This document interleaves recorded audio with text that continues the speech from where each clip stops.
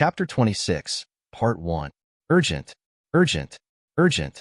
Facing the weapons he had just thrown, these weapons unexpectedly reversed direction, as if being pulled by some mysterious force, and rushed towards the thrower himself. This sudden change brought some shock to even those experienced hand ninjas. However, as well-trained and battle-experienced killing warriors, the ninjas of the hand quickly recovered from the shock.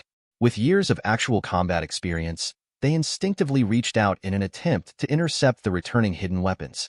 But their predictions obviously underestimated the power of these weapons. With the incredible blessing of the Phoenix power, these originally ordinary hidden weapons have now turned into deadly weapons. Their speed and power are far beyond what they were when they were thrown, reaching an almost unbelievable level. In the midst of this flash of lightning, four ninjas screamed and fell into a pool of blood. Their eyes widened, full of unwillingness. The hidden weapon penetrated their armor, tore their muscles, and finally embedded itself deeply into the hard ground, leaving behind shocking wounds. The air was filled with a strong smell of blood, reminding everyone present that this battle was far from a child's play, but a battle between life and death. Seeing this scene, the ninjas of the hand quickly adjusted their tactics, like ghosts in the night, looking for cover, trying to take advantage of the environment to reverse the situation of the battle. Some ninjas jumped up to the rafters nimbly, blending into the embrace of darkness, quietly waiting for the best time to attack. Other ninjas cleverly hide behind cabinets, cupboards, and other bunkers. They know that as ninjas, sneak attacks and concealment are their best fighting methods. However, what they did not expect was that the enemy they faced today was far from ordinary. Natasha Romanoff, the top agent of Serpentine Shield, Emma Grace Frost, an Omega-level mutant. Not to mention that there is a bug-level existence like Su Ming. In addition, his Phoenix power was strengthened just a few minutes ago. In addition, there is a seemingly inconspicuous cute pet, a yellow-skinned mouse. Don't be fooled by its appearance. This seemingly harmless little guy can actually release an electric shock of up to 100,000 volts, which is enough to make any ordinary creature lose its combat effectiveness in an instant. Needless to say, the battle of life and death, the two sides immediately fell into a fierce confrontation. Natasha Romanoff relied on her superb scissor kick stunt to instantly subdue two ninjas to the ground. The swift and violent movements were breathtaking. Emma used her powerful telepathy ability to silently control several hand ninjas, causing them to fall into the chaos of killing each other. The scene was once very chaotic. As for Lord Mouse, this seemingly inconspicuous little guy shuttled through the tavern like golden lightning, leaving behind a string of scorched black marks wherever he passed. Those ninjas who were unfortunate enough to be hit by the electric shock had already become charred under the raging current, and the air was filled with a pungent burnt aroma. Matt relied on his extraordinary skills and amazing fighting ability to fight fiercely with several hand ninjas. However, these ninjas have the strange ability to control their own heartbeats and breathing, making it impossible for Matt to accurately determine their location through hearing. Only when they launched their attack, Matt was able to barely catch their traces with his keen intuition and reaction. This undoubtedly caused him a lot of trouble, but don't forget that there is another person in the tavern, and that is Su Ming. Just a few weeks ago, Su Ming acquired mixed martial arts through signing in, and this battle in front of him provided him with a rare opportunity to practice. His physical condition had already been initially strengthened by the super serum, and he later experienced 2 baptisms of the Phoenix power, which brought his physical fitness to an unprecedented height. In addition, his skeleton is made of adamantium metal, which is as indestructible as Wolverine. As for the power of his punch at this moment, even he himself could not estimate it. When Su Ming aimed at a ninja and punched him without hesitation, the ninja instinctively raised his hands to protect his chest, trying to resist the sudden attack. However, he never expected that the power of Su Ming's punch was far beyond what he could bear. With a bang sound, the ninja was punched away like a sandbag. The whole person flew up high, and it was a free experience of human free fall, but it was a pity that it took one's life to bear it. With this punch, Su Ming directly made the opponent sleep forever. Seeing this scene, the chaotic fighting in the tavern all stopped. Everyone looked at Su Ming with eyes full of disbelief. That look seemed to say, "What kind of monster is this?" Only Matt was a little confused. He only knew that the fighting had stopped, but he didn't know why. At this moment, a ninja leader spoke, his voice carrying unquestionable majesty. "Hello, tavern owner. Do you know what you are doing? You are now protecting someone our organization wants to kill. Do you know that if you offend our organization, your future life will not be stable?" This naked threat, uttered from his mouth seemed to carry heavy pressure, and the atmosphere in the entire tavern instantly solidified. However, Su Ming himself took out his ears with his hands and then said, "Well, the two races I hate the most in my life are black people and cherry blossom people, and the role of you Sakura people is to shoot love action movies. As for your organization, I know it is the hand. Don't talk about the future. Even if I let your 5 fingers lead me here now, it will be over if I don't beat him." Su Ming looked at the ninja leader with an indifferent expression. The hand, an organization that can stand up to the heavens and is at the level of the Father, does not include the arrival of the beast. If the beast has not arrived, it will be a bunch of little Kayla rice. What's more, he now has 2 phoenix fragments. Su Ming now even dares to go to the Ancient One to drink some tea and discuss the law of time together. Baga. The ninja leader was obviously angry when he heard that his nation and organization were insulted. He made a gesture casually and then said, "Kill them all, leaving no one behind." But will Su Ming spoil him? Absolutely not. In an instant, the power of the golden phoenix spurted out from Su Ming's body, and the fiery energy shot directly into the sky. Kill them all, leaving no one alive? Haha, I should be the one to say this to you. Su Ming sneered and disappeared instantly. Chapter 27, Part 1. When Su Ming appeared again, he was already behind the leading ninja. Puss! Su Ming was like a black tiger pulling out the heart. The living heart kept beating in his hands, as if he hadn't realized that it had been separated from the body. At the last moment, the leading ninja took a hard look at Su Ming. He didn't seem to understand until his death that he just died like this. But what he didn't understand even more was what kind of monster the hand organization had provoked. Seeing this, the other ninjas took out the katana behind them, and they were ready to die. Because their mission has not yet been completed, which is to take the life of Matt Murdock. Only if this guy dies will the saint of their hand, Miss Erica, be free from worries. As long as the saint has no worries, the beast they believe in can come into her body without any hindrance. By then, their hand organization will become the most powerful organization on the planet. This is the common dream and pursuit of all members of the hand. But what they never expected was that the world was not as simple as they imagined. Because there are too many people with super abilities in this world, maybe they will run into a tough problem. And the result of encountering a tough situation is destruction. Unfortunately, today the hand will hit a brick wall. This is not only an iron plate, but also an iron plate that can cheat. Boom! The moment Su Ming eliminated the leading ninja, an even more powerful energy wave surged out of his body. His whole body slowly flew up under the influence of the power of the phoenix, and his whole body was wrapped in a layer of blazing flames. There seemed to be a shadow of a phoenix flying high in the flames, exuding an awe-inspiring aura. This power not only made the ninjas of the hand fearful, but even Natasha Romanoff and Emma couldn't help but feel palpitations. This was the first time for Natasha Romanoff to see Su Ming in this state. But in the memory of her mind, she had never seen such a powerful mutant. The information in SHIELD has no record of such a powerful mutant. Nowadays, the mutants who have brought the greatest disaster to the world are at the level of Magneto. But in front of Su Ming, Natasha Romanoff suddenly felt that Magneto was only as strong as a younger brother. As for Emma, she looked at Su Ming with admiration. Although she was the first person to know that Su Ming was very strong, but she didn't expect Su Ming to be so strong. This godlike posture is simply the legendary god. Although Su Ming's state seemed very sudden, as if he was at full strength. But they never expected that Su Ming only used 20% of his power at this time. If he used all his firepower, this tavern would be reduced to ashes in an instant. However, facing such a powerful enemy, the ninjas of the hand did not flinch. They held katana and charged towards Su Ming with a roar. It seems that they themselves know that this is their last battle. In response, Su Ming simply waved his hand, and the phoenix power passed by them gently. In an instant, all the ninjas were reduced to ashes. There is no earth-shattering momentum, nor the pleasure of punching to the flesh.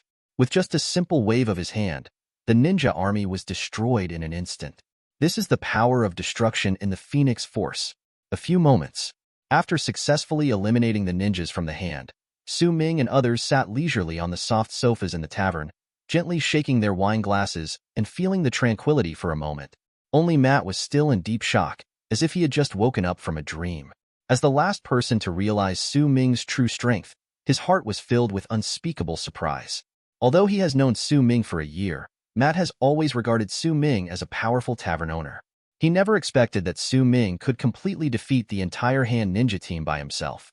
This shock made him re-examine his understanding of Su Ming and realize that his assessment of Su Ming's strength was far from enough. Su, thank you. Matt raised the whiskey in his hand and said gratefully, "You're welcome, my brother." Su Ming clinked glasses with Matt. Then, Su Ming turned his eyes to Natasha Romanoff, with a playful smile on his lips. "Ms. Natasha Romanoff Roshman, should you explain how you dealt with and defeated those ninjas on your own? Or should I call you Natasha Romanoff, agent?" As Su Ming's words fell gently, the air in the tavern seemed to freeze instantly. Natasha Romanoff casually smoothed her hair that fell in front of her forehead, looking directly at Su Ming with curiosity and inquiry in her eyes. "Tell me, where did I expose my flaw?" There was a trace of confusion in her voice. "I think I act cautiously and don't leave too many traces for speculation. How did you find out my identity?" Natasha Romanoff's eyes were locked on Su Ming's face, waiting for his answer. Su Ming smiled slightly and said calmly, "Actually, I knew your identity from the beginning." Oh my gosh. When Natasha Romanoff heard this, she couldn't help but smile bitterly, and there was an indescribable complex emotion in her heart. I had been lurking next to Su Ming for so long. I thought I was perfectly hidden, but I didn't expect that the other party had already figured out my true identity. This feeling of being completely seen through made her feel like a joker. However, just as she was about to ask further, the tavern suddenly shook violently, as if something huge was about to move underground. Su Ming and others quickly opened the door and arrived outside the tavern. Everyone was surprised to find that a huge mechanical rhinoceros was emerging from the ground and roaring towards the tavern, carrying an unstoppable aura of destruction. I saw the mechanical rhinoceros approaching at an alarming speed. Huge amounts of body trampling deep ravines on the ground, dust flying, and menacing. Boom! In the end, the mechanical rhinoceros suddenly stopped just 1 meter away from everyone, and the mask on it slowly opened, revealing the twisted and ferocious face of Alexei Seisvich. "Ha ha ha, Su Ming, I'm back again. This time, I came here specifically for you, just to avenge your shame and defeat you completely. How's it going? Do you feel the feeling of fear?" Alexei's face was ferocious, and every word seemed to be squeezed out from between his teeth, full of provocation and pride. However, everyone in the tavern looked at each other, and they were a little confused. "Are you here to seek death because you think you have lived too longer?" Chapter 28, Part 1. For this guy who seems to have no strength in his head and only has money in his eyes, Su Ming never expected that Alexei would dare to come back to seek revenge. However, judging from the exoskeleton mecha he is equipped with, he seems to have a new understanding of his own strength. It looks very much like the mecha from the Amazing Spider-Man 2. Should I praise your courage or laugh at your stupidity? Do you think you can compete with me wearing this mecha? Alexei, is your brain going crazy? Su Ming's eyes seemed to be looking at a mentally retarded person. As for Rhinoceros Alexei, although he didn't understand what meant, judging from Su Ming's expression, he could feel that he had been greatly insulted. However, he was not in a hurry to refute, but instead raised a sinister smile at the corner of his mouth. He would let this mutant know that he was no longer the Rhino Man who only relied on brute force. Immediately afterwards, the mechanical rhinoceros man assumed an offensive stance, with all 4 feet firmly on the ground, like a rhinoceros ready to attack. Boom! With a deafening roar, the mechanical rhinoceros suddenly rushed towards Su Ming. At the same time, various missiles on the mecha were launched like raindrops. Facing the fierce attack of the mechanical rhinoceros man, Su Ming seemed unusually calm. His eyes were as calm as water, and he didn't even use the Phoenix power. He planned to take this opportunity to test how strong his physical strength was. Since acquiring the Phoenix power, he has been relying on this power, but has ignored the potential of his own body. And now, this mechanical rhinoceros has become an excellent training target for him. Bang! There was a deafening sound, and Su Ming and the mechanical rhinoceros collided suddenly among the lightning and flint. Su Ming firmly resisted the rhinoceros man's fierce impact with his palms, and at the same time tightly grasped the opponent's hard rhinoceros horn. The ground beneath the two of them seemed unable to withstand the huge amounts of force and instantly collapsed. Various public facilities around him were knocked over one after another under the impact of the airwaves generated by the collision between the two. Other people in the tavern had already wisely stayed away from the fighting site. Yeah. Su Ming gritted his teeth. Veins popped out on his forehead, and all the muscles on his body bulged. showing that he was enduring huge amounts of pressure. However, under this pressure, he just relied on his physical strength to lift the rhinoceros man up. In the cockpit, Alexei's eyes were full of horror, and the sight before him made him unbelievable. What happened? What exactly is going on? Alexei was completely confused, but before he could think more about it, Su Ming used a strong force and threw him and the mechanical rhinoceros out. Boom! There was a loud noise, and the mechanical rhinoceros hit the ground heavily. The heavy mecha smashed a big hole in the ground, and dust flew into the air. Squeak! The mechanical rhinoceros made a harsh sound of metal friction, followed by the sound of click, click, the sound of machinery and gears interlacing with each other. It struggled to get up from the ground, but the scene at this time seemed a bit strange. Su Ming rubbed his slightly swollen forearm. This was because he had exploded with too much force in a short period of time, and his muscles could not adapt. However, for him with the self-healing factor, this kind of loss recovery is just a matter of time. He was just enjoying the pleasure of mobilizing all his strength. As for Alexei, he has long lost his original arrogance.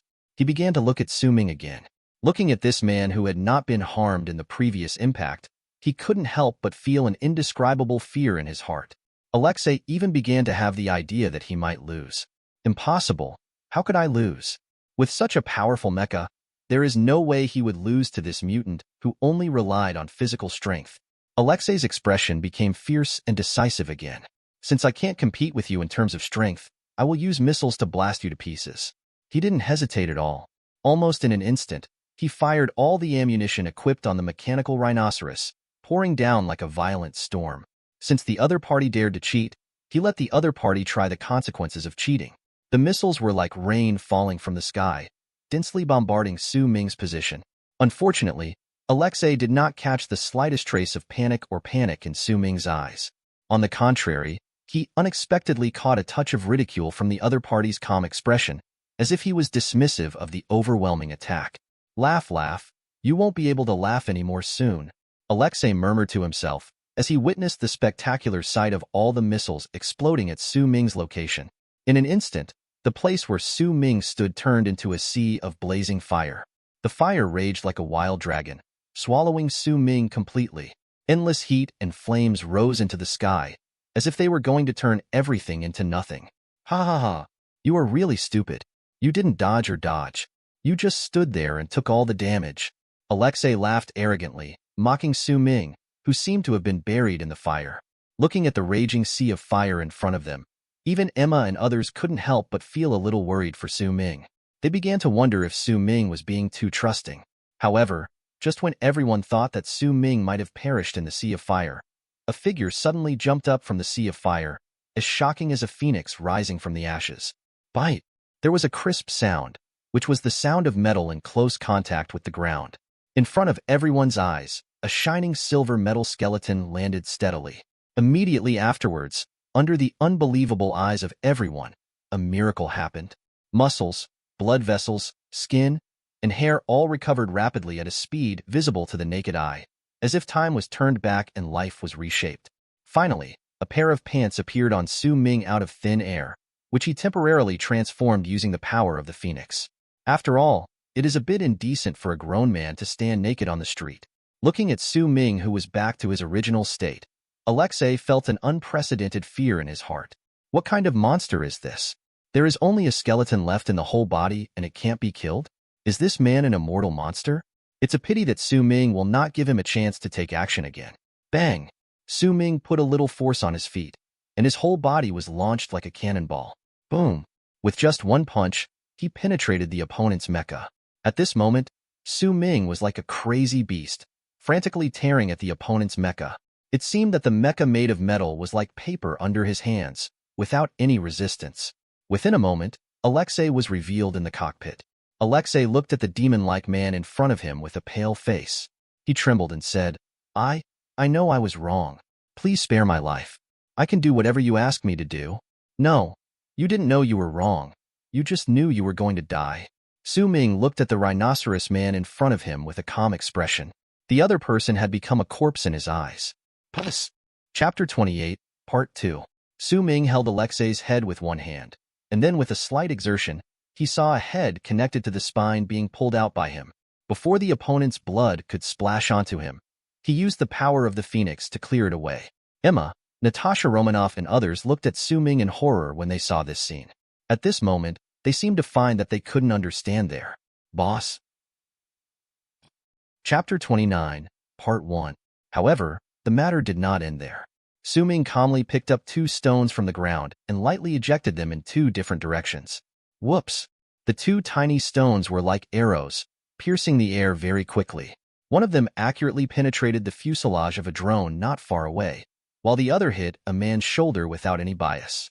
This man is none other than Bullseye, who came to monitor the Rhino Man, damn it. Bullseye screamed in pain, hurriedly covered his bleeding shoulder, and fled the scene in a hurry. In fact, the stone just now was heading straight for his heart. If he hadn't dodged in time, he would have been a cold corpse by now. The moment Su Ming successfully defeated Alexei, he faintly sensed something was wrong. They seemed to have inadvertently provoked a powerful opponent. However, they did not take the initiative to provoke, and the other party had no reason to target them. At this moment, his only thought was to return as soon as possible, report all the situations here to Jean Bin, and let Jean Bin come up with countermeasures as soon as possible. At the same time, the Sankei headquarters. Fury has been feeling uneasy since he received the news about Natasha Romanoff's identity exposure. Later, he witnessed the battle between Su Ming and the mechanical rhinoceros through a drone. To be precise, this was not an evenly matched battle, but a unilateral crushing. When he saw Su Ming rushing out of the blazing sea of fire and his self-healing power returning to its original state surprisingly quickly, Fury could no longer sit idly by. Such a powerful self-healing power actually appeared in an Omega-level mutant, which made him feel a little frightened. Among known mutants, no Omega-level mutant possesses such a powerful ability to recover. It is precisely because of the lack of this strong resilience that Fury and the top management of the beautiful country have never had too much concern about mutants. After all, no matter how powerful the mutants are, they still have powerful attack power in their hands to compete with them. The worst thing is that one life is exchanged for another. But Su Ming is completely different. His amazing recovery ability is just like Xiaoqiang of regenerative healing factor. And with his terrifying power, he is simply the legendary ultimate organism. Now, the only way Fury can think of to check Su Ming is Captain Marvel Carol Danvers. Perhaps only Carol Danvers' strength can compete with Su Ming. Apart from this, Fury racked his brains and could not find any other countermeasures that could match Su Ming. Everything seems to be at a loss, unless they can uncover the secret of the mysterious blue cube taken from Hydra. Fury has a feeling that this mysterious blue Rubik's Cube definitely contains the power to subvert everything. However, it is a pity that they have not yet reached the threshold of this power, and they do not know how to control it. Just as Fury was deep in thought about how to guard against Su Ming, suddenly, the surveillance footage from the drone stopped abruptly. His heart tightened, knowing that he had been discovered. Fury rubbed his temples helplessly, and an unprecedented pressure surged into his heart. Since he became the director of S.H.I.E.L.D., he has never encountered such a difficult person. He opened the computer heavily and clicked on the detailed information about Su Ming. After browsing, he did not hesitate to raise Su Ming's danger level from very to extreme, and solemnly wrote in the note, "This person has the power to destroy the world, so be careful, beware." Fisk Building, top floor.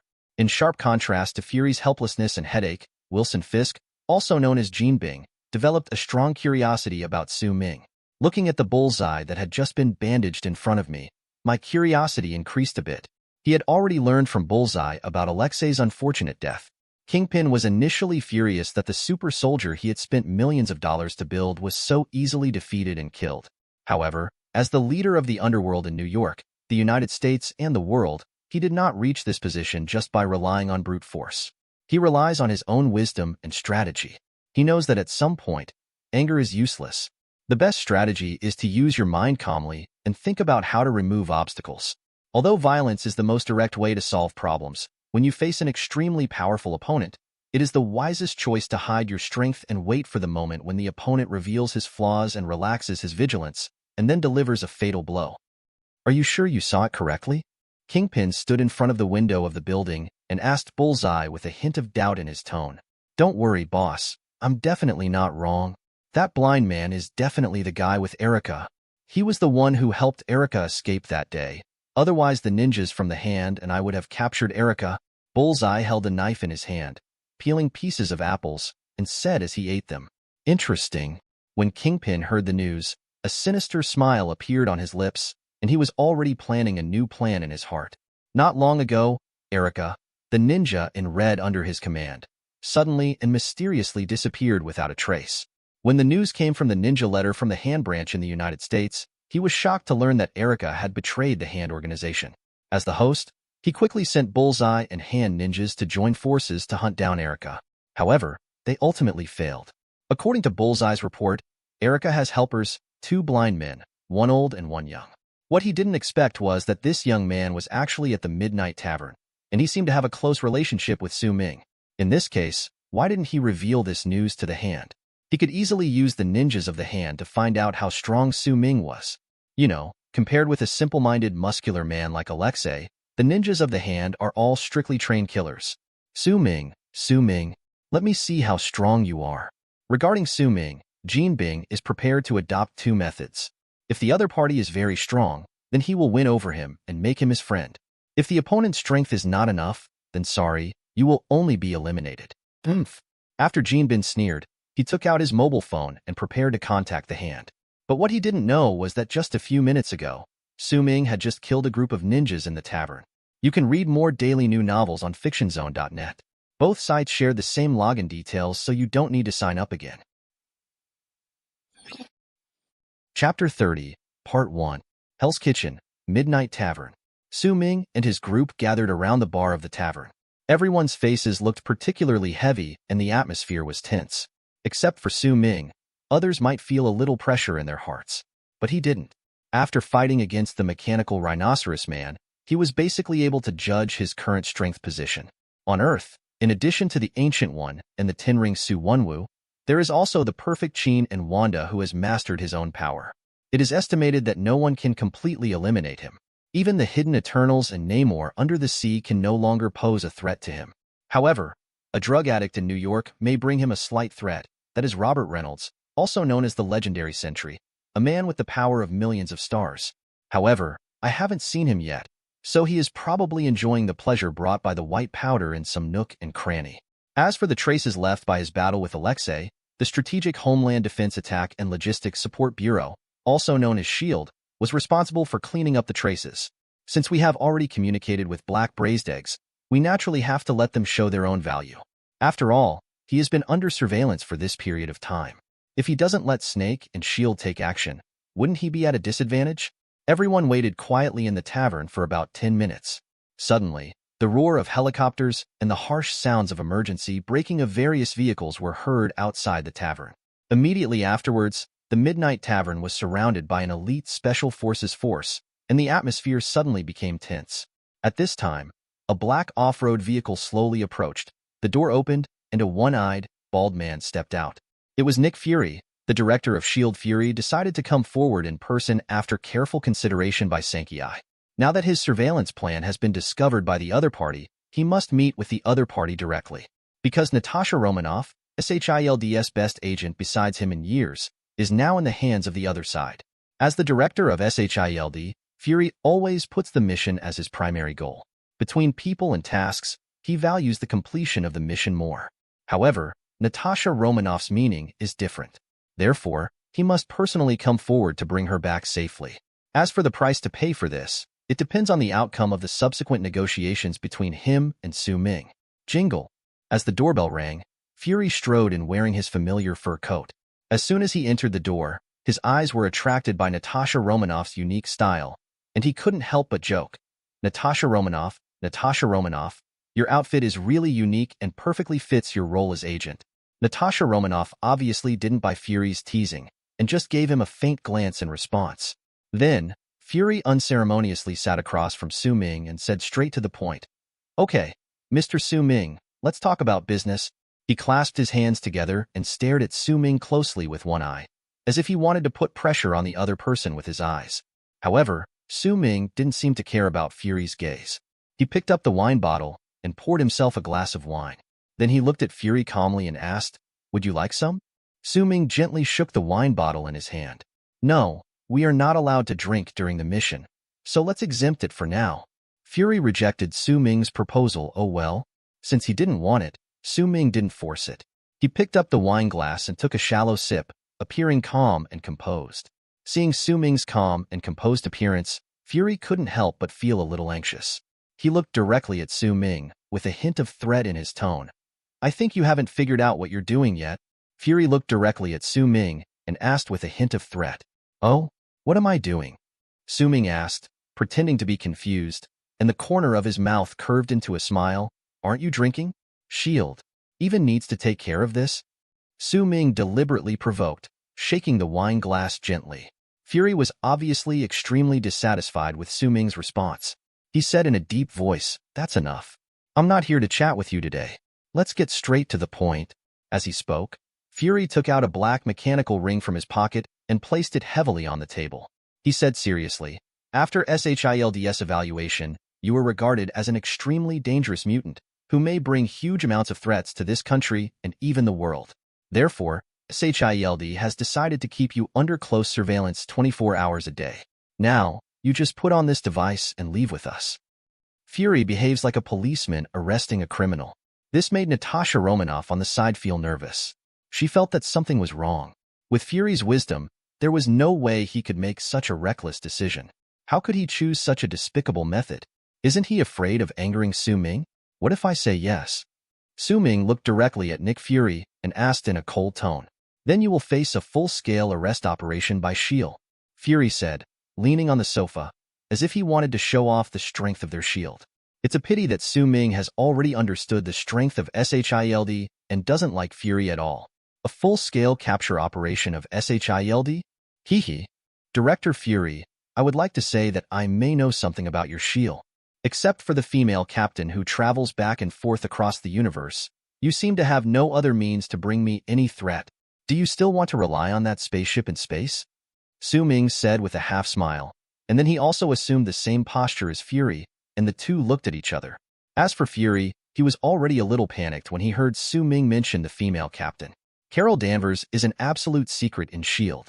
Even Natasha Romanoff doesn't know how the man in front of her knows. And that ship in space he was talking about. This was a top-secret mission, and he had never mentioned it to anyone except himself. Why did Su Ming know the same thing? Fury, who originally had a detailed plan in mind, is now confused. Mainly because all the information Su Ming mentioned is SHIELD's top secret, except for him, the director. Other agents have no access to this information. But these top-secret information were just revealed by the person in front of him. At this moment, Fury's plan was completely disrupted. "What else do you know?" Fury immediately approached the table in front of him and asked solemnly. "I wonder if Director Fury is familiar with Pegasus and Insight?" Su Ming picked up the wine glass and asked with a smile. "Hiss." Upon hearing the words Pegasus and Insight, Fury's face instantly became serious. These are the two most important plans at the moment. How could this kid know about them? Fury felt like he shouldn't be here. "Tell me, what do you want?" The offensive and defensive momentum changed at this moment. You can read more daily new novels on fictionzone.net. Both sites share the same login details, so you don't need to sign up again. Chapter 30, Part 2. Chapter 31, Part 1. It's very simple. Just agree to 3 conditions. Su Ming stated calmly. 3 conditions? Haha, you kid has a big appetite. Fury sneered, his already dark face looking even darker now. "First tell me what your conditions are." Fury crossed his arms as he spoke, lost in thought. "First of all, no matter what I do in the future, SHIELD is not allowed to interfere. That's no problem, but I have to attach a condition. Anything you do cannot bring disaster to human society." "No problem. Besides, do you think of me as one of those criminals? Do you think I am the kind of person who would do something harmful to society?" Su Ming spread his hands, showing how could I be a bad guy. It's a pity that everyone remembers that he just pulled out the head and spine of an adult strong man just a few minutes ago. This doesn't seem like something decent could do. Second, if others come to offend me and cause damage to public facilities and society, SHIELD will be responsible for all this. When Su Ming proposed this condition, Fury's expression darkened visibly. "Isn't this condition a bit excessive?" Fury said almost through gritted teeth. As the director of SHIELD, this was the first time he suffered such a loss. "Actually, it's okay. My third condition may be a bit excessive," Su Ming said with a smile. "Oh, then I'm a little curious." Looking at the extremely cunning young man in front of him, Fury really wanted to shoot him. But when he thought of Su Ming's terrifying recovery ability, he felt powerless. Third, Agent Natasha Romanoff may have to stay in my tavern. Impossible. Upon hearing this condition, Fury almost shouted. Agent Natasha Romanoff is our senior agent of S.H.I.E.L.D. There is no way she can stay in your tavern. You'd better change this condition, Fury said with a livid expression. Sorry, Director Fury, I signed an agreement with Agent Natasha Romanoff before. It's just that this agreement doesn't seem to be an ordinary agreement, Su Ming said as he took out the work agreement signed with Natasha Romanoff at that time. It's just that what seemed like an ordinary agreement at the beginning has now turned into an agreement written on parchment. Even Natasha Romanoff herself is very confused about this. Do you want to restrain an agent with this small agreement? Do you take this agreement too seriously? Fury looked at the agreement handed over by Su Ming and sneered at it. Their SHIELD agent broke many agreements in order to complete the task. If it's an ordinary agreement, I really can't help it. But the agreement in my hand seems to be a magic contract. Su Ming looked at Fury with a smile. Magic? You're not joking. Why? Is it possible that you can still swing around with a stick like the TV show? Fury obviously didn't believe in the magical contract Su Ming said. In this regard, Su Ming could only show it to him helplessly. Then, he snapped his fingers, and Natasha Romanoff suddenly snorted.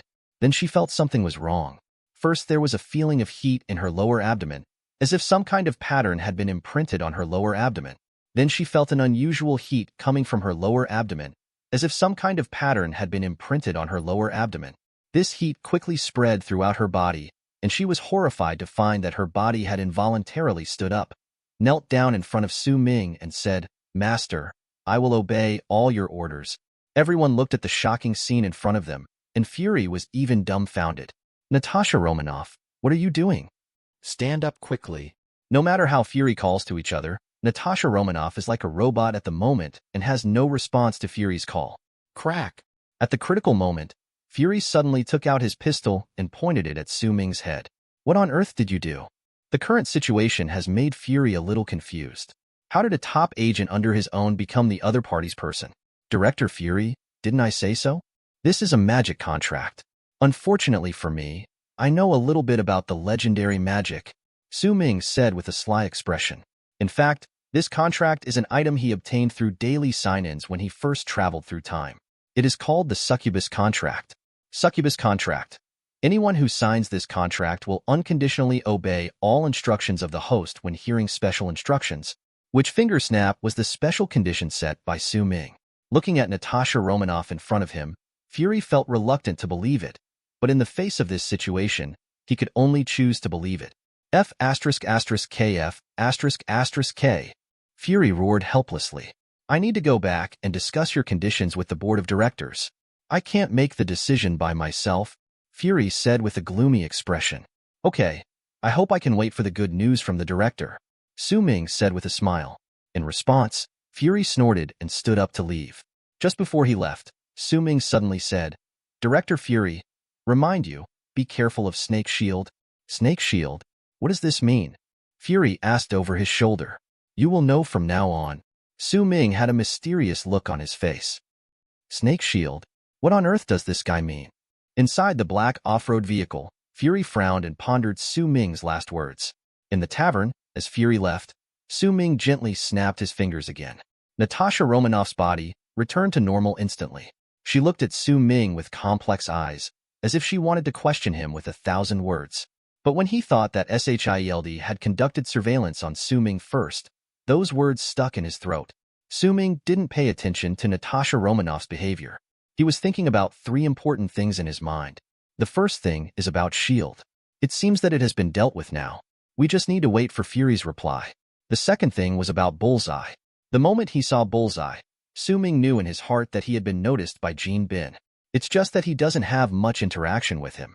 As long as the other person messes with him because he has nothing to do, he doesn't mind letting the other person be the underworld emperor for a few more days. The third thing is about the Hand Association. Since he has offended the Hand Association now, it is better to offend the Hand Association to the end and find an opportunity to directly remove the Hand Association, so as not to cause inconvenience to your life in the future. Therefore, his next goal is to eradicate the Hand. Chapter 32, Part 1. Late at night, New York City is like a noble lady who has taken off her busy makeup during the day, lying quietly in the embrace of the night. The neon lights are still flashing, but compared to the hustle and bustle of the day, they are more like the sparse stars in the night sky at this moment, covering this city that never sleeps with a soft and mysterious veil. After properly resolving a series of disturbances caused by Matt, Natasha Romanoff and others, Su Ming decided to take a short vacation for himself and rest for a few days. Being immersed in the whirlpool of fighting and fighting all day long has made him tired and longing for a bit of peace and leisure. At midnight, the lights outside the tavern were dim, and Su Ming and Emma were standing side by side next to a cool black sports car, discussing their way of traveling. Although many women are attracted by luxury cars and mansions, for Emma, who has been associated with these luxury items since childhood, they have lost their unique appeal.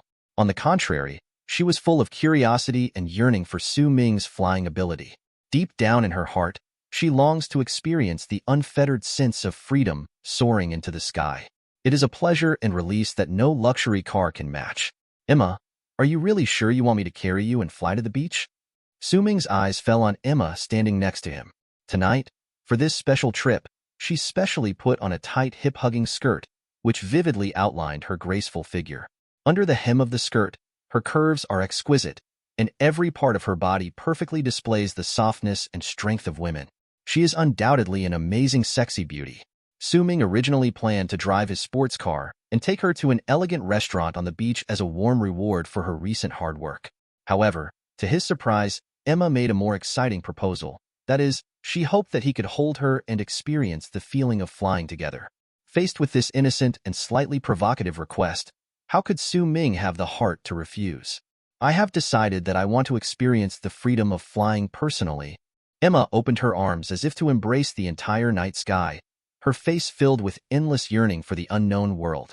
From the day she started working in the pub, she gradually realized the true meaning of life. She realized that the meaning of life is to be able to get rid of constraints, live freely, not be trapped by prejudice, and breathe freely in this vast world with an equal and normal identity. My dream was to become a teacher, to open a school, to cultivate children with special abilities, and to provide them with care and a soil for growth. So now, a new vision has been added to her heart, which is to follow her boss forever. During this period of time, the strength and charm that Su Ming had shown not only deeply conquered her heart, but also ignited the deepest lust in her heart. Let me ask you, when a handsome man with 8-pack abs walks in front of you day after day, and occasionally performs an inadvertent drama of exploding clothes, how many women can resist this temptation and maintain inner peace? Emma was no exception.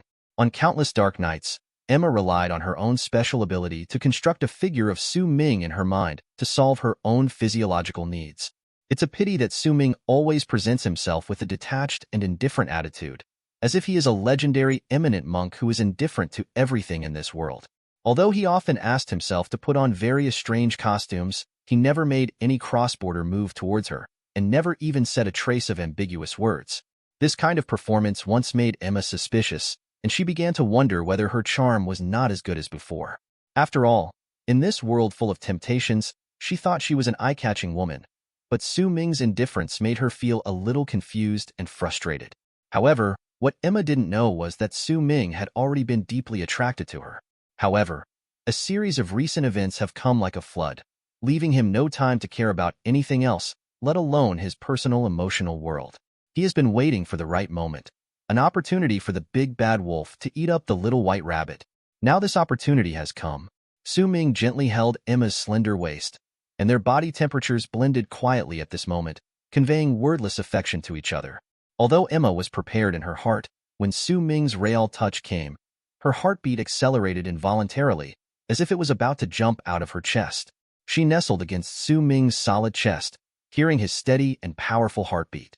This rhythm made her feel more at ease and intoxicated than ever before. Inadvertently, Emma seemed to be surrounded by an inexplicable force, making her feel like she was about to lose herself, as if she was in a dream. Su Ming, on the other hand, relied on the power of the phoenix to slowly fly into the sky. He did not choose to use the quick method of teleportation, but preferred to cherish this precious time with Emma and enjoy this rare intimacy. Peaceful. In the night sky, they flew slowly, like two stars leaning against each other, exploring the vast universe together. At this moment, time seemed to stand still, leaving only their mutual heartbeats and breathing, intertwined into a beautiful piece of music, echoing in the endless night sky. After a while, Su Ming and Emma arrived at the beachside restaurant he had carefully selected in advance. This is a high-end restaurant that implements a VIP membership system. The threshold is so high that even the lowest level member needs to have at least 50 million in assets in New York City to join. The membership identity used by Su Ming was borrowed from his friend Tony. In Tony's eyes, the food in this restaurant may not be as delicious as a simple cheeseburger, but it is better than the romantic atmosphere, which is very suitable for couples to have dinner together. He occasionally brings Pepper here to enjoy the world of two people. Welcome, distinguished Mr. Su Ming.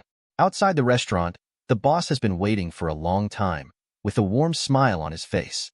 Not long ago, he received a personal call from Mr. Tony Stark, informing his friend that he was about to come to the restaurant for a meal, and emphasized that he should be entertained with the highest standards of courtesy. Naturally, the restaurant owner did not dare to neglect such a request. He showed great enthusiasm and sincerity just to ensure that Su Ming and Emma's dining experience would be perfect. Hello, Mr. Nick. Su Ming nodded gently to the restaurant owner. Then, under the respectful guidance of the restaurant owner, the three of them entered the dining room reserved for tonight. The indoor lighting is soft and warm, neither dazzling nor dim, creating just the right amount of comfort. On the dining table, the elegant candlelight swayed gently, reflecting the gorgeous luster of the exquisite dishes on the silver tableware. Every dish was as pleasing to the eye as a work of art.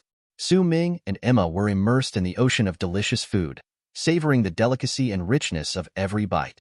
After dinner, the two walked hand in hand to the beach, enjoying the caress of the sea breeze and the tranquility of the night. Chapter 32, Part 2. Emma playfully took off her high heels and let her delicate feet run freely on the soft beach, feeling the delicate and subtle friction between the fine sand and her skin, with a happy smile on her face. Su Ming followed Emma silently, watching her every move with gentle eyes, his heart filled with infinite appreciation and love for this beautiful woman. At the critical moment, Su Ming appeared behind her like a guardian angel and held her firmly in his arms. Looking at the man in front of her, Emma finally couldn't help it. She put her arms around Su Ming's neck and kissed the red lips she had longed for. As their eyes met, the emotions in Emma's heart surged out like a tidal wave. She could no longer suppress her inner desire and bravely stretched out her hands to gently wrap around Su Ming's neck. Then, without hesitation, she approached the red lips that lingered in her dreams countless times and gave her a passionate kiss. Regarding Emma's sudden behavior, Su Ming was a little shocked at first, as if he was hit by the sudden happiness. But soon, he recovered from this brief daze and devoted himself wholeheartedly to this sweet battle. Their tongues chased each other in each other's mouths, like a beautiful dance. After a long time, their lips parted, and Emma's pretty face turned red. Just as the two of them spoke, the sound of eating suddenly came from the side. Su Ming looked back and saw Tony wearing a mecha, sitting on a rock, and in his hand was half an orange. Chapter 33, Part 1. When Tony noticed that Su Ming and Emma suddenly stopped and their eyes were all focused on him, he looked around and saw nothing wrong. Tisk, you two continue. Don't interrupt yaxing because of me. Just treat me as if I don't exist at all. Oh, by the way, Sue, I think you can be a little more aggressive at times like this. Believe me, Miss Emma's experience will definitely be more wonderful, Tony said with a smile, seemingly unaware of how unexpected his presence was. As the most famous playboy in the United States, he knows best how to turn women on. As a well-known playboy in the United States, Tony is very knowledgeable and experienced in how to mobilize women's emotions and stimulate their passion. However, at this moment, he was completely unaware that his existence had hindered the two of them. Looking at Tony, who wanted to continue watching the show, Su Ming really wanted to throw him back to Afghanistan. Call out. Su Ming held Emma's slim waist and appeared beside Tony in a flash. Tell me, why are you looking for me so late at night? Su Ming looked at Tony with an unkind expression. If it weren't for his good temper, he would really want to beat this guy up. When Tony saw this, not only did he not take it seriously, but he deliberately showed off in front of Su Ming. He walked slowly around the circle, raising his chest and head from time to time, as if he wanted to show off some great secret. How could Su Ming not see Tony's little thoughts? He was clearly showing off the new element he had just discovered. However, Su Ming deliberately pretended to turn a blind eye and allowed Tony to perform alone. Finally, Tony couldn't restrain his inner pride and reached out to gently tap the glimmering triangular reactor on his chest, seemingly silently declaring his achievement. Seeing Tony's stinky look, Su Ming's inner unhappiness also dissipated. Hey, look, the light from the reactor on your chest seems to have been upgraded. It seems to be more dazzling than before. Su Ming pretended to be very surprised and joked. Seeing this, Tony coughed twice in a pretentious manner. His eyes flashed with excitement and announced, "After a day of unremitting efforts, I have broken through and implemented the new element model you proposed in the tavern. Now, I have successfully replaced the original palladium element with this innovative element." Tony's face bloomed with a happy smile. This joy came from deep in his heart and was a sincere celebration of the rebirth of life. After all, no matter who you are, after experiencing the struggle on the edge of life and death, you will deeply understand the incomparable preciousness of life. What's more, Tony has survived 2 disasters, and he understands the value of life even more. Otherwise, he would not have closed down the Weapons Research and Development Department, because he discovered the truly irreplaceable value of human life. Just as Tony was about to continue showing off his newfound element, he was interrupted by a message from Jarvis. "Sir, there is currently an extremely fierce battle taking place in Harlem. Please ask if we need to go to provide assistance immediately." As soon as Jarvis finished speaking, a projection appeared in front of everyone through Tony's latest Mecha Mark 6. In the picture, flames are raging, and the streets are filled with panic. Passers-by scream in terror and look for cover everywhere, as if they are in a sudden terrorist attack. If it weren't for the 2 eye-catching green giants, this scene might have been mistaken for some kind of extreme horror event. Speaking of these 2 giants, one wears the beautiful country's super shorts, which always remain intact no matter how fierce the battle. The other one is completely naked, with nothing on his lower body, not even Kunkin. His body surface is covered with sharp protrusions, which makes him look particularly unique. The 2 seem to be unwilling to give in, and they were fighting with fists and kicks, launching a close contest. However, the battle situation changed rapidly. The giant without Kunkin suddenly showed amazing strength and launched a fierce offensive against the giant in shorts. For a time, the giant in shorts seemed to be stretched thin and fell into a disadvantage. Seeing this scene, Su Ming knew that this was a duel between Hulk and Abomination. Even without Tony's help, Hulk would eventually defeat the Abomination by exploding his seed. However, now Tony obviously wants to show off his latest masterpiece. So he planned to go to support without hesitation. "Hey, Sue, I'm going to go over and see what's going on. Do you want to come with me?" Tony asked Su Ming on the side, but unfortunately he didn't wait for a response. When he turned around to look, he saw that Su Ming had already flown into the sky, ready to set off. Damn, this guy wants to steal my spotlight. Without saying a word, Tony immediately turned on the engine armor's propeller, turned the horsepower to maximum, and began to pursue Su Ming with all his strength. After a few minutes, following a roar, Su Ming and Tony landed on a roof one after another. "Oh my god, what kind of monster are you? Your flying speed has exceeded the speed of sound. Are you a monster?" Tony landed next to Su Ming, took off his mask, and looked at Su Ming with the eyes of a monster. Low-key, low-key. These are basic operations." Su Ming ignored Tony's complaints and began to concentrate on observing Hulk's battle with Abomination. Su Ming had no intention of intervening in the fight between the 2 of them. He came here just to have a piece of cake. Because he already knew the plot, there was no need for him to act cool. It's just that Tony is obviously very itchy and wants to test the latest performance of his mecha. He drove his Mark 6 and soon came to the top of Hulk and Abomination. "Hey, 2 big guys, this is not the place for you to wrestle. If you want to wrestle, I suggest you find another place." Tony hovered above Hulk and Abomination, speaking through the mecha's loudspeaker device. The people in Harlem were surprised at Tony's arrival at first, but when they saw who it was, they began to cheer. You know, according to the propaganda of several major media, Tony Stark, also known as Iron Man, is now the protector of the beautiful country. Wherever he appears, it means that the disputes here will soon end. No matter you are an evil force or a super criminal, you have nothing to hide from Iron Man. However, the 2 big guys today obviously didn't like Tony. The 2 green giants, who were already anxious, grabbed the wreckage of the car next to them and threw it towards Tony. As for Su Ming, who was standing on the top of the building, watching Tony flying around in the air like a joker, he was no longer able to complain in his heart. Suddenly, Su Ming heard the voice of a person beside him. He turned around and saw a bald dwarf standing on his side. "Good guy, It's none other than the super race in the Marvel Universe, the Observers. Chapter 34, Part 1. Observers belong to the oldest race in the universe, a race that observes and records but never interferes with any major events. It is said that the Observer race was born when the universe was born. Because they live longer than all living things in the universe, the Observers have knowledge and technology that are hundreds of billions of years ahead of other universes. Precisely because they have knowledge and technology that are hundreds of billions of years ahead of other universes, observers believe that they should be the guardians of the universe. They want to help other races develop and evolve, thus interfering with other races and evolution. The result of this is that this race will accelerate its corruption and lead to its demise. After several genocide incidents, the observers learned that although they have great power, they should not interfere in the affairs of the universe. From then on, observers only observed and recorded various major events in the universe. Wherever a big event occurs in the universe, observers will appear. Their appearance will be very sudden, and ordinary wars cannot attract them, but they will inevitably appear in some major events that can affect the development of a universe. They are the most fun-loving people in the universe. They are present in all major events, but they never interfere. The jurisdiction managed by each observer is different. As for the observers on Earth, they are always intervening in events. The intervener Frog. At this moment, Frog 2 was standing next to Su Ming, recording the major events that were about to happen. Good and evil are reversed, the axis is switched, and the beginning of the event begins from here. Frog 2 clasped his hands in front of him, quietly watching the special event that was about to happen in front of him. Su Ming looked at the big man beside him with a confused expression.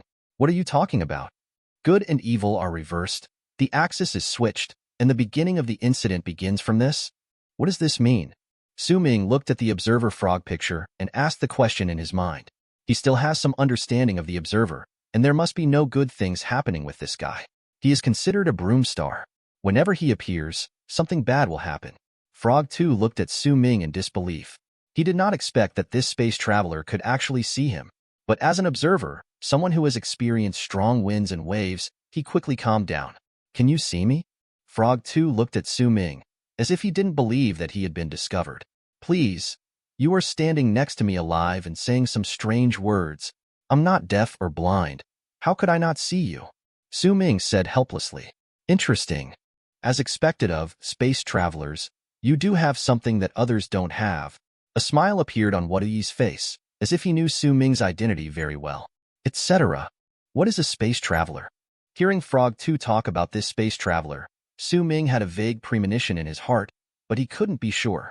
Facing Su Ming's question, Wada said calmly, Young man, do you know that the universe is not single?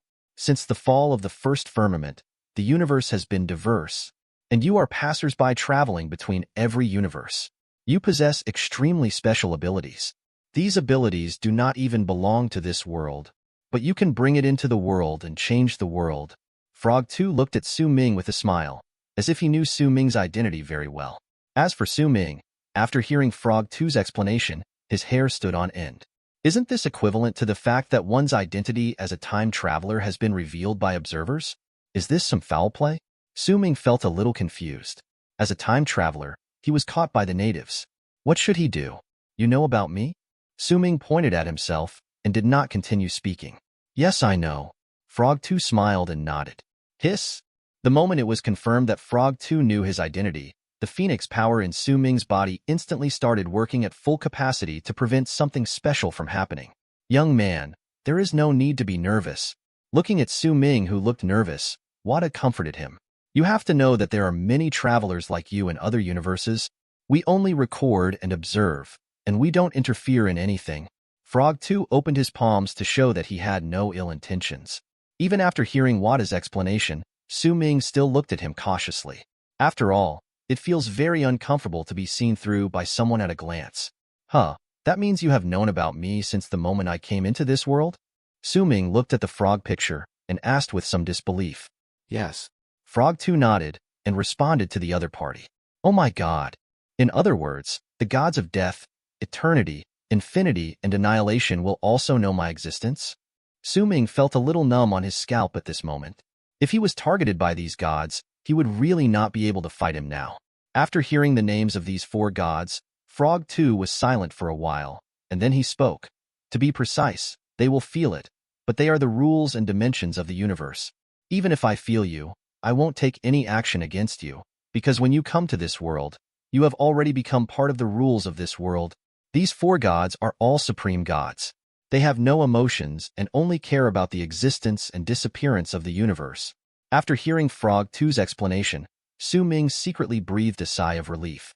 However, he still felt a little uncomfortable when he thought about his identity as a time traveler being discovered. By the way, your appearance usually means something serious will happen here. Don't tell me, can a fight between two fat green men affect everything in the future? Su Ming looked at the frog picture and asked the question in his heart. He really couldn't imagine the impact Hulk and Abomination could have. Frog 2 did not respond to Su Ming's question. Instead, he silently looked at Hulk, Abomination, and the Mecha Man flying around in the sky. During the period when Su Ming was communicating with Frog 2, the battle between Hulk and Abomination had entered a fever pitch. As for Tony, unfortunately, he was thrown out by the two fat green men. In addition, Tony has not developed Veronica yet, so he is still a bit underwhelmed in front of the two fat green guys. Originally, according to the normal plot, Ross helped Hulk. Abomination knocked General Ross's plane out of the sky with his backhand, and then Hulk saved Ross and defeated Abomination, and it ended. But things didn't go as planned, and the plane did land from the sky. But this time Abomination did not fight Hulk first, but brought General Ross and Hulk's girlfriend Betty out of the plane. Abomination held their necks tightly and said with a ferocious smile, "Hulk, you don't deserve such powerful power." Crack! With a soft sound, Betty's neck was easily broken by Abomination. No! Ross and Hulk screamed in grief at the same time. As for Su Ming on the roof, he was completely confused at this moment. Chapter 34, Part 2. What the hell is this? Chapter 35, Part 1. No!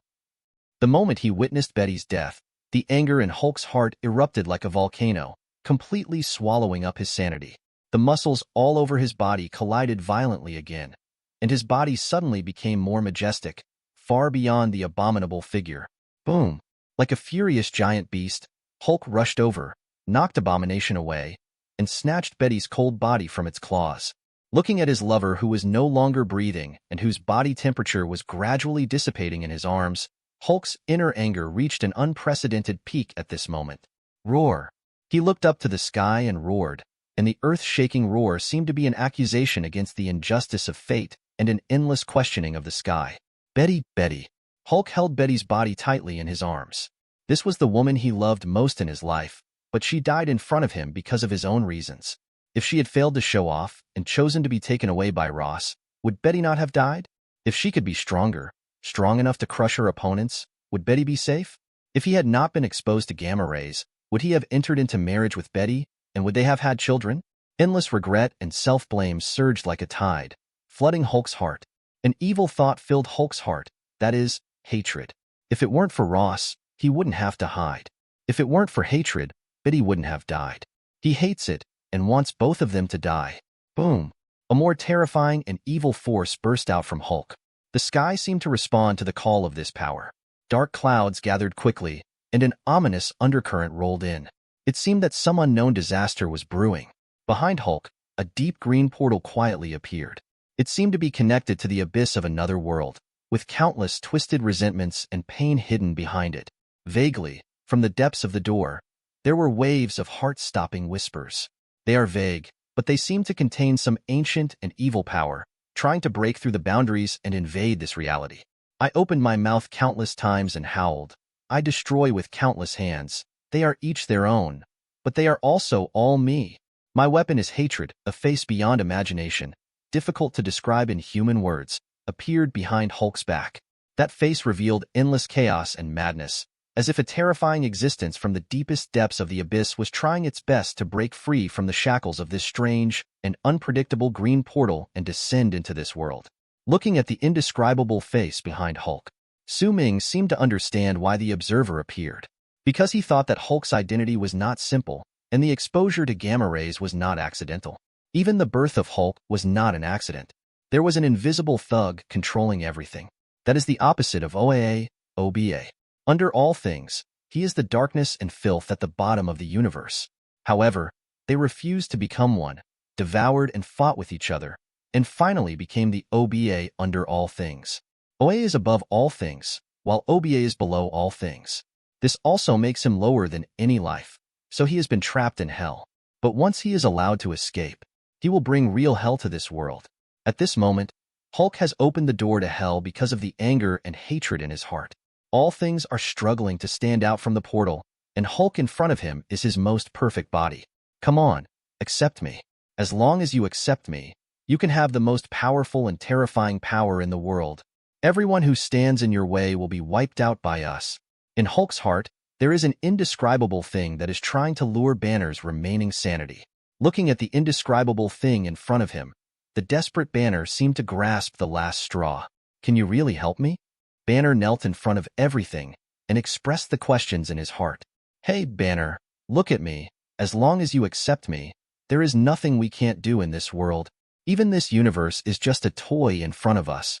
Under all things said, painting a picture of the destruction of the world in front of Banner.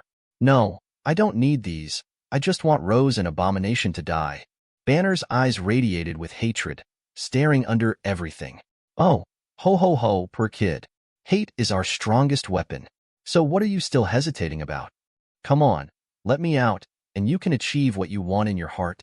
Everything underneath continues to tempt Banner. He even described a scene of Betty being resurrected in front of Banner. As long as he comes to Banner's body, resurrecting Betty is simply simple. Looking at the beautiful future depicted under everything, the remaining trace of reason in Banner's heart disappeared at this moment. Come on, give me all your power. With Banner roaring in his heart, countless evil powers suddenly poured out of the green portal behind Hulk. This power brings together all the negative emotions and desires in the world. Hatred, violence, greed, lust. They surge like a tide and never flow into Hulk's body. Hulk, who originally swelled to the limit due to anger, gradually shrank under the erosion of this evil force, and finally transformed into a skinny, emaciated, and terrifying monster. His eyes were flashing with madness and evil, as if they were two dark fires about to explode. At this critical moment, a dazzling golden light suddenly descended from the sky, like the sharp blade of the gods, instantly cutting off the evil power pouring out of the portal. Facing the Hulk who had been swallowed by evil power, Su Ming did not hesitate to activate his Phoenix power to the extreme. Golden flames burned blazingly on his body, like an eternal dawn, illuminating the surroundings. Dark.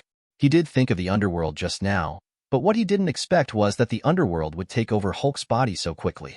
If he hadn't reacted quickly, I'm afraid 10,000 things would take this opportunity to become even more powerful and difficult to contain.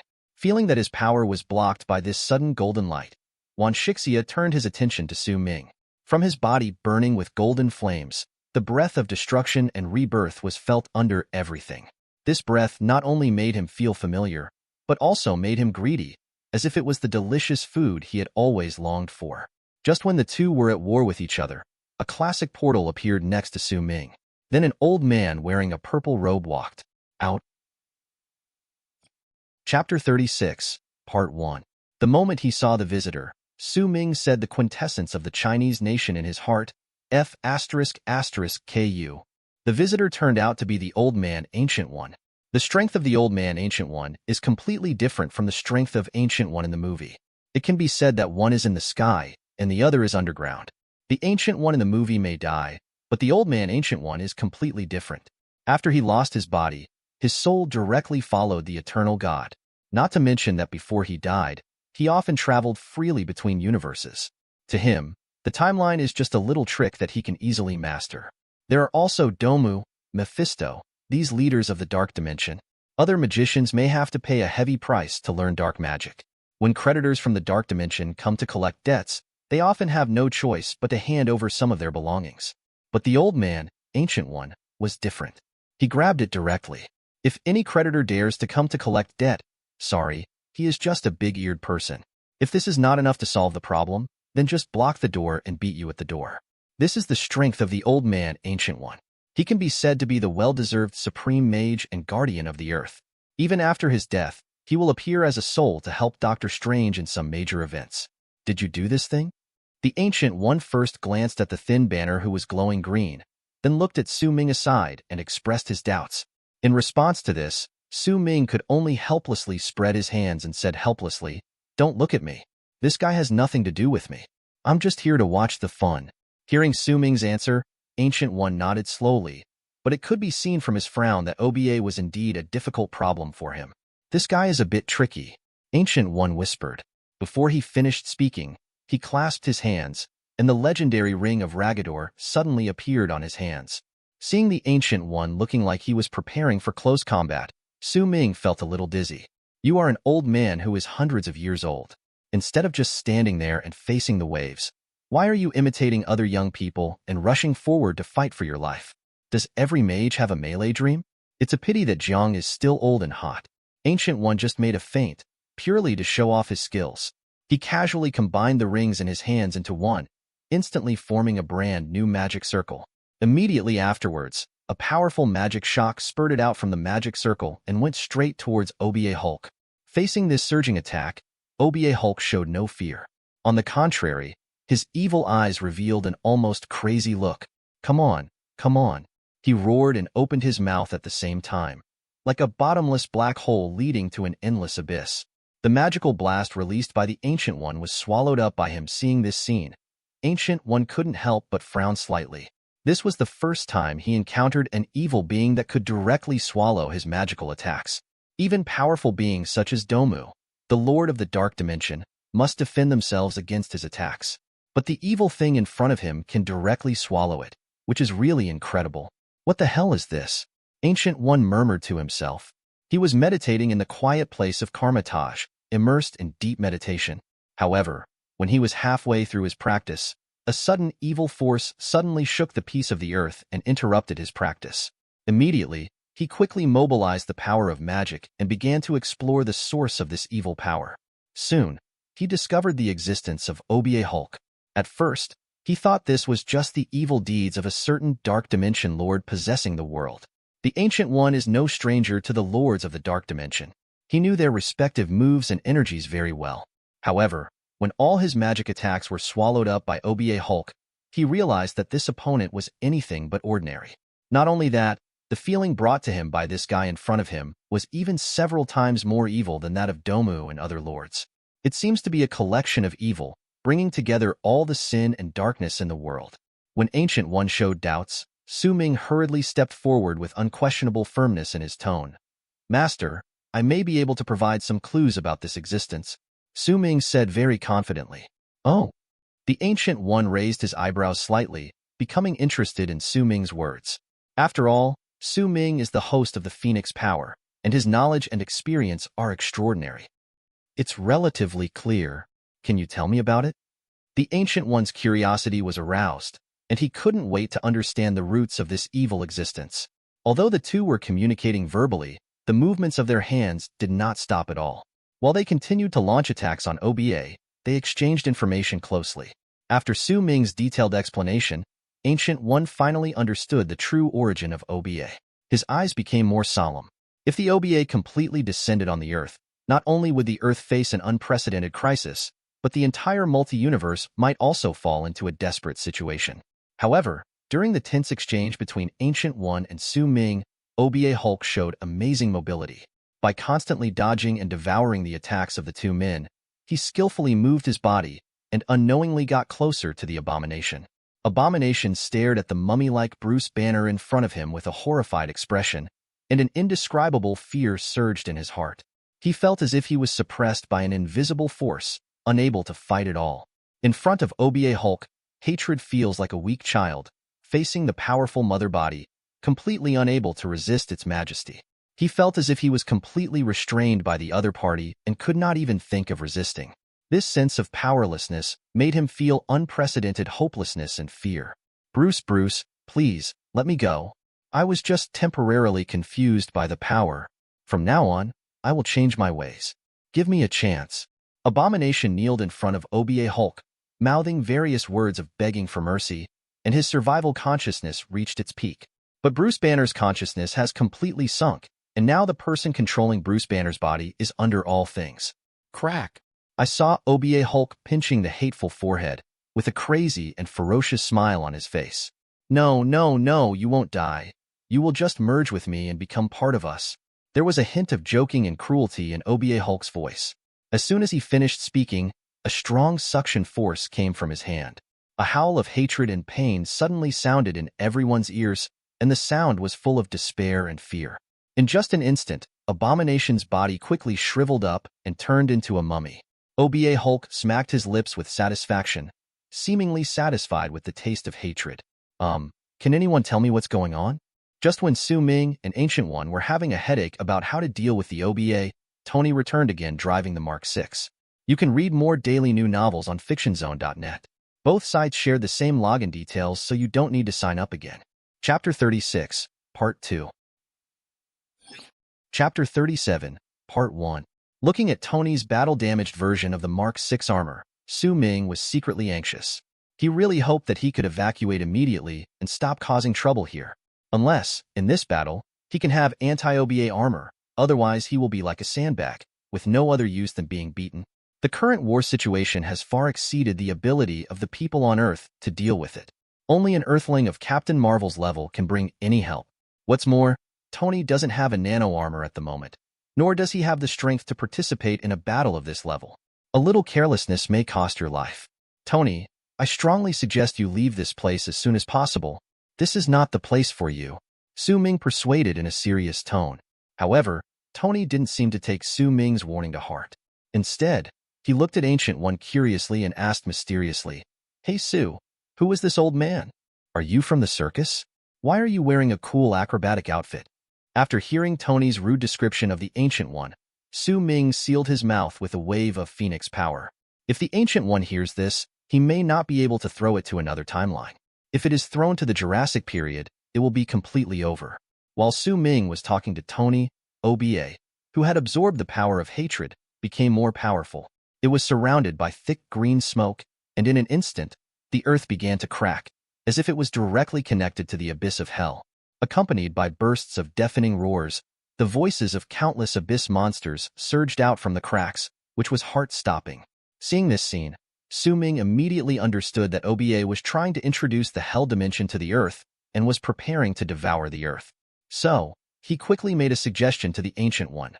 "Master, I think we should transfer this guy to the mirror space immediately, otherwise, he will let the hell dimension swallow the entire earth."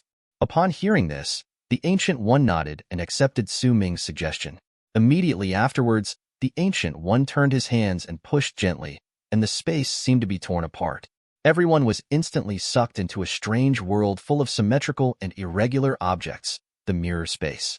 Looking at the incredible mirror world in front of him, Tony's face showed a look of curiosity and wonder. As for OBA Hulk, he was obviously very unhappy when his spellcasting was interrupted. He looked at Ancient One and Su Ming with a gloomy expression, and then said ferociously, "If you ruin my good deeds, I'll start with you too."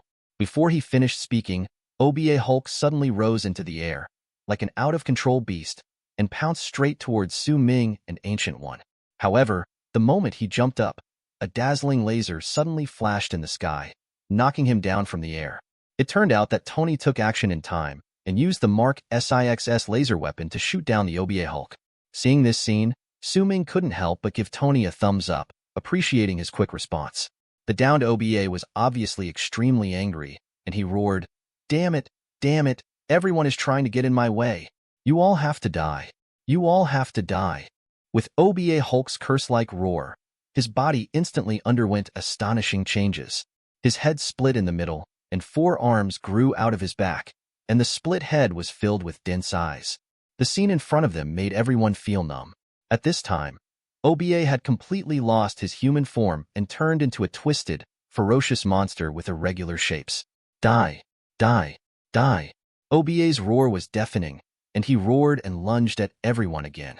Facing this sudden offensive, the phoenix power in Su Ming's body suddenly exploded. He flashed and appeared next to OBA in an instant. He punched out and hit the opponent's body steadily. Bang! There was a loud noise, and OBA Hulk's body seemed to be torn apart by huge force and exploded instantly. However, under the astonished eyes of everyone, the broken body recovered at an astonishing speed, as if time had flown back without leaving a trace of scars. How is this possible? Su Ming's eyes widened with an expression of disbelief. Haha. OBA Hulk let out a cold laugh. I am an immortal existence, and all negative forces in the world are my nourishment. As long as I exist in this world, I will never die. Huh, immortal? In that case, let me see who is darker, you or him. Ancient One slowly closed his hands and recited a strange spell. A mysterious mark gradually appeared on his forehead, and his whole body was wrapped in a layer of fiery red light. Boom! Suddenly, the air in the mirror space seemed to be torn apart, and a huge head closely connected to the dimension appeared, peering into this space. Ancient One. Along with the roar, Domu's huge head instantly filled the entire space, glaring at the old man in front of him. How dare you summon me? Domu's voice was full of anger and dissatisfaction. Domu, let me make a deal with you. However, facing the angry Domu, Ancient One seemed unusually calm and composed. Perhaps his power cannot completely subdue Oba, but he has a unique way of dealing with Domu. This seems to be a wonderful restraint relationship, which makes Ancient One have some concerns. What he wants to verify most now is whether the dark dimension where Damumu is located can swallow the hell dimension controlled by Oba. Of course, if Oba has completely resided in Banner's body, then all this will become meaningless, because they will not be able to resist the power of Oba, let alone summon Domu. Even if Domu comes, he will still be devoured. But at the moment, Oba has not completely escaped from the hell dimension, which gives Ancient One a chance to try. He decided to use Damomu to conduct an experiment to see if he could find a way to subdue Oba. After all, this opportunity is rare, and if you don't try, it's useless. Trade? Hee. Ancient One, what trick are you playing? What method do you want to use to harm me?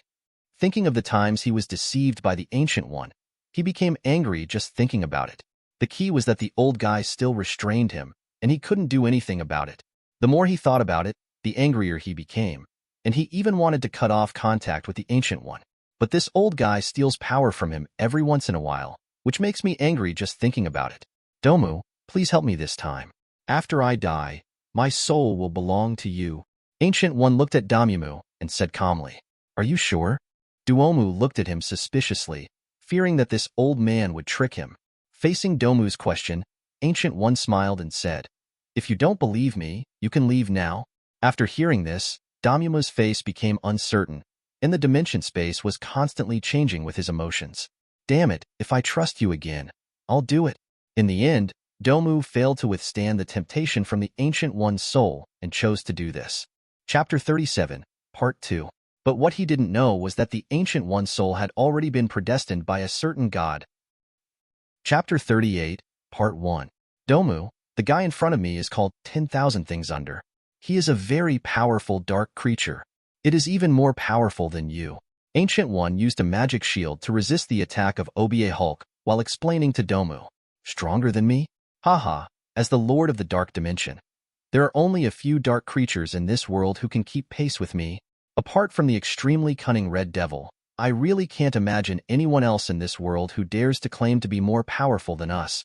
After finishing speaking, Domu's figure suddenly shrank, and his head, which was as huge as a planet, instantly turned into a demon head burning with blazing flames. His entire body was hidden in the darkness, just like the arrival of the Demon King. He slowly appeared next to Ancient One, his eyes firmly locked on Oba Hulk, with a look of interest on his face. However, I do know a thing or two about this guy. I once had a glimpse of records about him in an ancient book. According to ancient books, where he is the real hell. It is the gathering place of the negative emotions of all creatures in the universe, a terrifying abyss.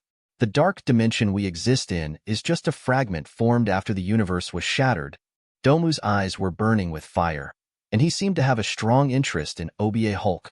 Why are you scared? Ancient One glanced sideways at Domu, and that contemptuous look was simply the biggest provocation to Domu. Afraid? Hee. Ancient One, are you old and frail, or are you simply looking down on me? There is no one in this world who can make me, Domu, afraid. After saying this, the black energy on Damumu's body suddenly surged, turning into a dark cloud that covered the sky and the sun, and surged towards Oba Hulk. When Su Ming saw this, he appeared beside Ancient One and watched Domu fight with Oba Hulk. After a while, Ancient One, save me. Domu's screams came from the center of the battlefield. I saw Oba Hulk grabbing Damu's flaming head and sucking it frantically, seemingly trying to squeeze out all the dark energy in Damu's body. Seeing this, Su Ming shook his head helplessly. He originally thought that Duomumu could block it for a few minutes. Unexpectedly, it was taken down in less than a minute. It was really embarrassing. He had no choice but to go up again. But this time Su Ming was ready to try to maximize the power of the phoenix in his body. Su Ming was seen closing his eyes and concentrating, and his whole body was bathed in golden flames. This was the ultimate display of the power of the phoenix. As he concentrated his will, the golden flame gradually transformed into a purer and more powerful platinum, which looked like the legendary platinum phoenix. However, only Su Ming himself knew that he had not yet collected all the phoenix power in his body, and his own platinum power was far from reaching the legendary platinum phoenix. Upon seeing this, Ancient One was about to take out his trump card. He waved his hands alternately in front of his chest, and the eye of Agamotto on his chest slowly opened, with an emerald green time gem embedded in it. Ancient One knows that facing an existence like OBA, it is difficult to win with strength alone. It must use the power of time to find its weaknesses. The battle horn sounded instantly, and Su Ming fell from the sky. His figure was wrapped in platinum phoenix fire, and like a bright meteor, he rushed directly into the battlefield. He opened his hands, and the power of the phoenix gathered in his palms, turning into a dazzling beam of light, hitting OBA Hulk's body directly. This force was so powerful that even OBA had to temporarily give up Domumu and resist it with all its strength. Upon seeing this, Ancient One took action immediately. He closed his eyes and took a deep breath. As the eye of Agamotto bloomed with dazzling light, time seemed to freeze at this moment. Ancient One used the power of the Time Stone to freeze the existence of OBA Hulk for a short time. However, OBA is the opposite of OA after all. He reacted quickly and used the power of Hell to instantly break the Ancient One's time cage. However, Domu was not a vegetarian. With the help of Su Ming and Ancient One, he could finally take a breath for a short time. He suddenly appeared behind OBA Hulk, and the black mist wrapped around OBA Hulk's body like tentacles. Didn't you feel good about sucking just now? Now it's my turn. After Domu said this, the fire of hell in his eyes instantly surged, and he frantically squeezed the power of hell from OBA. With the combined efforts of Su Ming, Domu, and Ancient One, OBA finally showed signs of fatigue. His power was constantly being consumed, and the light of the power of hell became dim. At this moment, Su Ming keenly caught the opportunity. He took a deep breath, condensed all the phoenix power in his body into one point, and then turned it into a stream of light, rushing towards Dr. Banner's consciousness space. Su Ming knew that only by dismantling OBA's control over Banner's consciousness from within could the OBA be truly solved. Otherwise, everything would be in vain. In Banner's complicated consciousness space, Su Ming saw Banner deeply immersed in the dream bubble carefully woven by OBA. In this dreamland woven by illusion, Banner and Betty have entered into marriage hand in hand, and they have a lively and lovely daughter, which adds endless warmth and happiness to this small family. However, all this breathtaking beauty is ultimately just an unattainable fantasy deep in Banner's heart. Looking at the bizarre fantasy world in front of him, Su Ming couldn't help but let out a helpless sigh, and then resolutely stepped into the abyss of this dream. He must wake up Banner. Off the field, as Su Ming invaded Banner's consciousness space, OBA Hulk seemed to have suffered an unprecedented blow. His body began to undergo strange changes, sometimes showing Banner's gentle face, and sometimes distorting into a terrifying, indescribable monster. The struggle between the two became more and more intense, as if they were engaged in a silent contest, fighting for absolute control of the body. Bang! With a muffled sound, Su Ming and Duomu were knocked away at the same time. Banner, you are crazy. Without my power, everything you desire will be in vain. OBA's voice echoed in Banner's consciousness, with a hint of provocation and threat. I may be crazy, but I know better that I cannot allow myself to be the culprit of destroying this world. Na's voice was firm and decisive. His consciousness was gradually awakening, and his fight against OBA became more tenacious. On Banner's body, OBA and Banner were frantically fighting for control of the body. At this moment, Banner's body seemed to have become a battlefield, and the battle between OBA and Banner reached a fever pitch. Seeing this, Su Ming stretched out his palm without hesitation, and the pure and powerful phoenix power slowly flowed into Banner's battered body. Banner, hold on. I firmly believe you can defeat this. Su Ming's voice was full of encouragement and trust. He stared at Banner closely, his eyes full of determination. Thank you. Although I don't know your identity, I still thank you for waking me up. Banner looked at Su Ming gratefully, his eyes shining with unprecedented light. Get out of my body. I am the owner of this body. Banner suddenly let out a deafening roar. Chapter 38, Part 2. At this moment, his body seemed to be filled with an invisible force, and his dry body burst out with amazing power. With Banner's roar, the mirror space shattered, and everyone returned to the familiar Harlem area. Chapter 39, Part 1. After the dust settled, Banner slowly returned to his human form, huddled weakly in the hole left by the previous explosion. OBA's consciousness followed him like a shadow, floating above his head like a dark cloud. Ignorance. Ignorance. Have you ever realized how ridiculous the decision you made is? Without me, you are nothing. You are just a loser who can't even keep the one you love. OBA's words were like sharp blades, trying to cut through Banner's inner defense. However, Banner just glanced at the other party, his eyes showing endless fatigue and indifference. Let it out to your heart's content. You will go back to hell soon. As soon as Banner finished speaking, a space door emitting a strange green light appeared in front of him again, like a passage from another world. The moment OBA saw this door, a look of horror could not be concealed on his face. Banner, we have something to talk about. There is no need to make things so extreme. Give me another chance. This time the control belongs to you. I will never interfere. OBA begged Banner bitterly, but unfortunately Banner already knew what kind of existence the creature in front of him was. If he were allowed to exist in this world, the world would be destroyed sooner or later. Before OBA's pleading had completely dissipated, a powerful suction force suddenly erupted from the space door, as if it was going to swallow everything. You just wait for me. When I come again, it will be your end. OBA's vicious curses, like the whispers of ghosts in the cold wind, echoed in everyone's ears for a long time. Bang! As the door to space slammed shut, OBA was dragged back to hell. At this time, Duomu also realized that his mission had been completed and it was time to leave. However, before leaving, he still couldn't help but provoke the Ancient One Mage.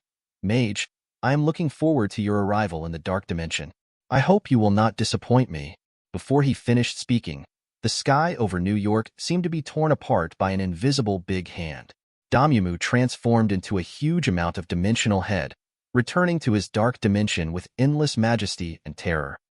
After watching Doma leave, the Ancient One Mage showed a relaxed smile on his face. Perhaps only he himself knows how absurd and ridiculous this deal with Duomu is. Then, he turned his attention to Su Ming. Okay, now that the matter has been resolved, it's time for me to go back. Host of the Phoenix Force, you are welcome to be our guest at Karmitage.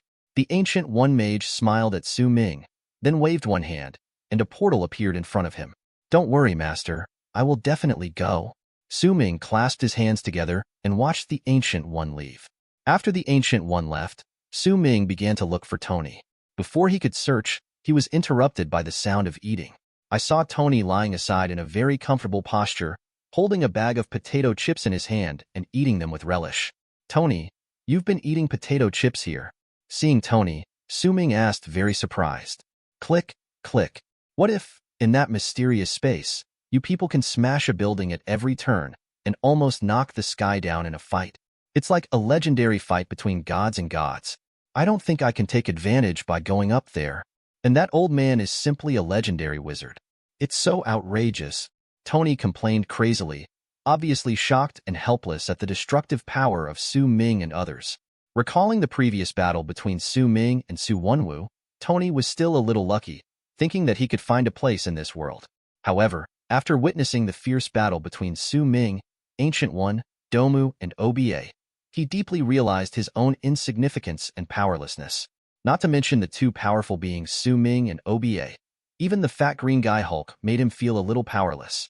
However, for this green fat man, Tony already has a plan in mind against Hulk. Just need to go back and think about the specific details and how to do it.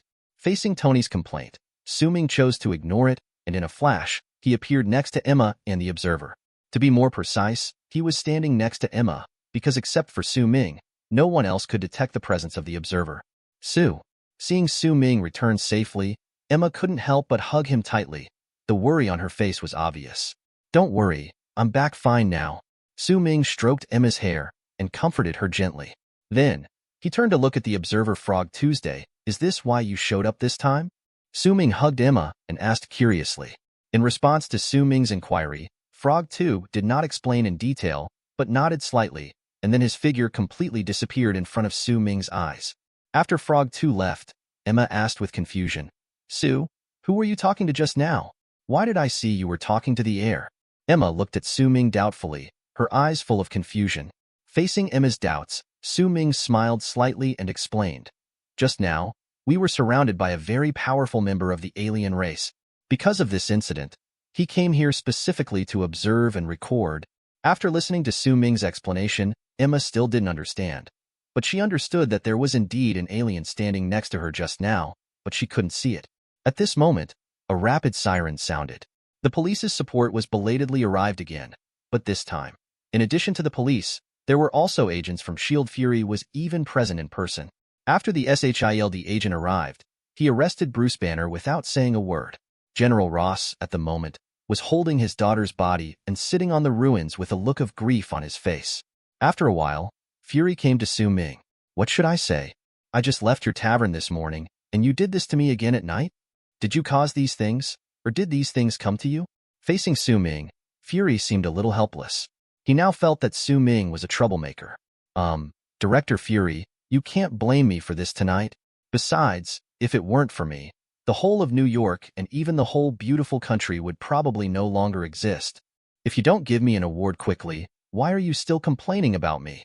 Su Ming looked at Fury and retorted unceremoniously. I can vouch for what he said. Tony suddenly appeared beside the two of them wearing a mecha. Wait a minute, I don't have time to care about you now. Fury glanced at Tony and said, helplessly. Chapter 40, Part 1. Looking at the two living treasures in front of him, Fury felt dizzy for the first time. One is the richest guy in the world. His huge assets are not only related to the future operation of SHIELD, but also an indispensable cornerstone for promoting a series of important plans. Not to mention that this guy is the son of Howard Stark, one of the founders of SHIELD. Fury cannot ignore this relationship. The other guy gave Fury even more headaches. Not to mention the powerful power he originally possesses, which is enough to make people feel fearful. Just looking at the recent series of incidents caused by the other party is shocking enough. Not to mention tonight's incident that shocked the world. The green light that shot straight into the sky shocked the entire New York City and became the focus of everyone's attention. At this moment, there are countless media outlets vying to report on everything that happened tonight, exaggerating the chaos and mystery to the fullest. Human beings around the world are becoming more and more interested in these super abilities, and they are eager to understand and explore these extraordinary existences. However, that's not Fury's biggest worry.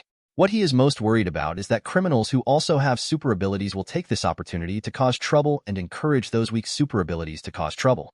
Recently, he found out that a mutant organization called the Brotherhood was secretly stirring up trouble.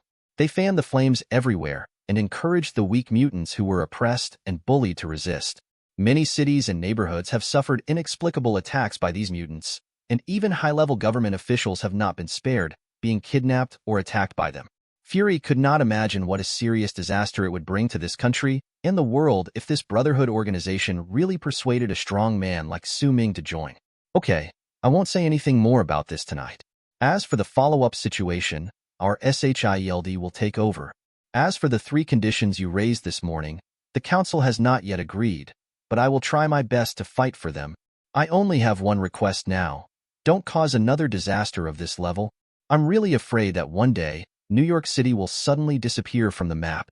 Fury frowned and talked nonstop, but for the rare occasion, he didn't say, I'm messing with F***K.